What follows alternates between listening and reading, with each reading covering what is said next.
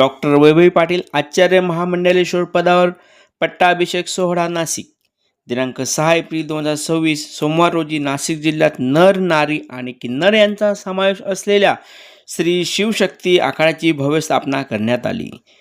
या शुभप्रसंगी डॉक्टर वैभवीताई पाटील यांचा आचार्य महामंडलेश्वर पदावर पट्टाभिषेक सोहळा मोठ्या उत्साहात धार्मिक विधी स्वाद बँकेट हॉल पातळी फाटा नाशिक येथे संपन्न झाला। किन्नर प्रतिष्ठानच्या वतीने माणुसकीचा सन्मान म्हणून विविध मान्यवरांना चा सन्मान करण्यात आला। या कार्यक्रमास वैष्णव किन्नर आखाडा प्रमुख जगद्गुरू हेमांगी सखी, नाशिक किन्नर समाजाच्या गादीपती सलमा गुरु नायक तसेच अनेक मान्यवर महामंडलेश्वर यांच्या उपस्थितीत लाभली होती। संपूर्ण सोहळा धार्मिक, सामाजिक आणि एकात्मतेचा संदेश देणारा ठरला। समाज कल्याण नाशिक शासकीय अधिकारी कर्मचारी यांनी किन्नरांच्या विविध योजनांची मार्गदर्शन पुस्तिका वाटप केली। यावेळी परिसरातील नागरिक, पत्रकार मोठ्या संख्येने उपस्थित होते। NPS न्यूजसाठी प्रतिनिधी निलेश शेकोकार, नाशिक।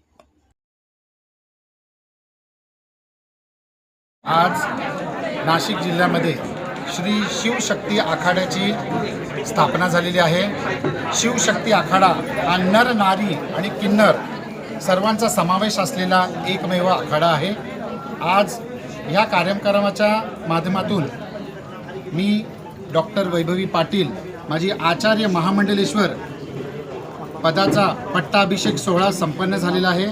ह्या कार्यक्रमामध्ये नाशिक किन्नर समाज, नाशिक किन्नर समाजचे गादीपती सलमा गुरु नायक, वैष्णव किन्नर आखाडा प्रमुख एवं शंकराचार्य जगद्गुरू हेमांगी सखी माताजी उपस्थित होते।